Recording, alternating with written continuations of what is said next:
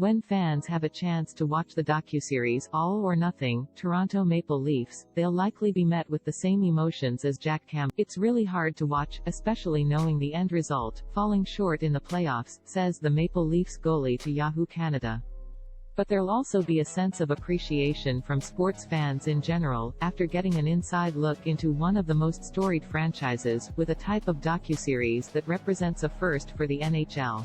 All or Nothing, Toronto Maple Leafs by Amazon Prime Video provides an all-access perspective into the inner workings of the team throughout the 2020-21 season, from how Campbell was able to captivate his teammates in the locker room, to Kyle Dubas's general manager office as he tried to shape a winning roster. The doc doesn't end with the Leafs winning their first Stanley Cup since 1967, or even their first playoff series since 2004. Instead, for Campbell it became a docuseries to reflect and learn from, after his team gave up a 3-1 series lead to the Montreal Canadiens despite being the favorite as the North Division's top seed.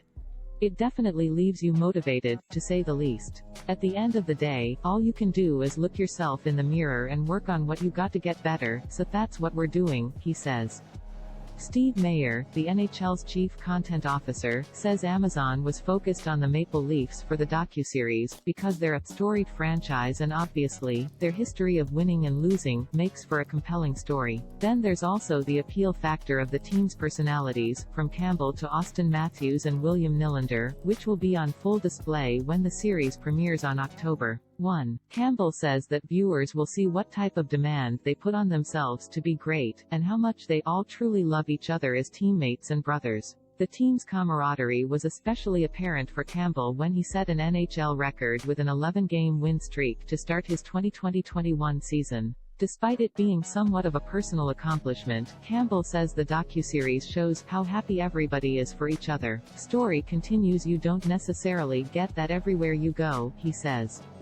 Campbell remembers the moments he had with Matthews on the ice, where the alternative captain told him about how proud he was for overcoming the adversity he had gone through. By his 10th straight win, a Maple Leafs record, it was Mitch Marner who came out to Campbell to celebrate by counting joyfully all the up to 10 with his fingers.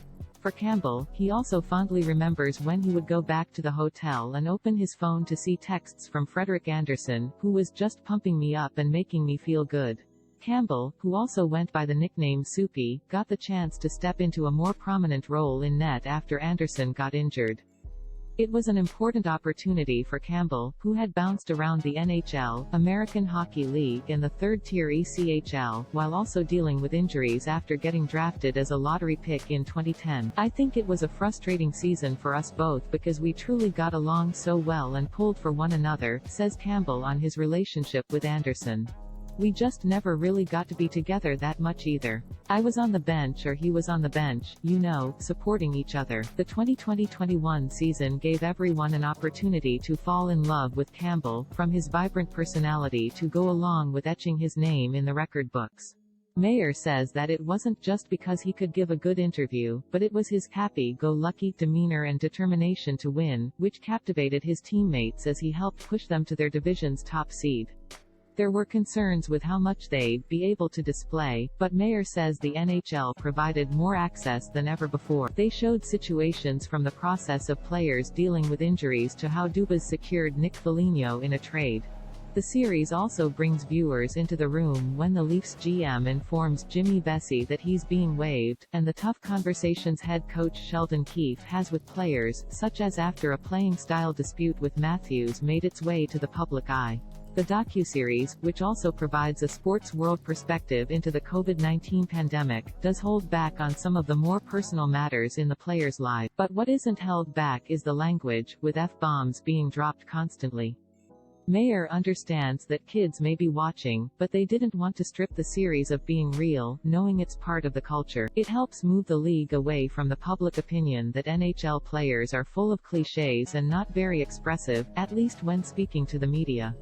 I hear that as well. And that's why we love doing these shows, to have that ability to show off these guys in a way that is the standard press conference after the game, mic in your face, giving cliché answers, says Mayer. An example is when Campbell gave his post-game speech to the Leafs locker room after securing his name in the team's record books with a 10th straight win, dishing out a simple and effective, "Great job everybody." Yeah. He'd then follow it up with a "I owe you guys, I love ya" after securing his 11th. Before joining the Leafs, Campbell had a chance to turn his mindset around with the Los Angeles Kings.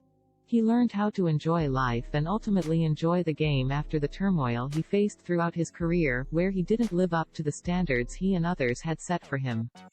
When the Leafs lost in Game 7 to the Habs, Campbell highlighted in his post-game interview that he allowed the worst goal of his career, one that he deemed not acceptable.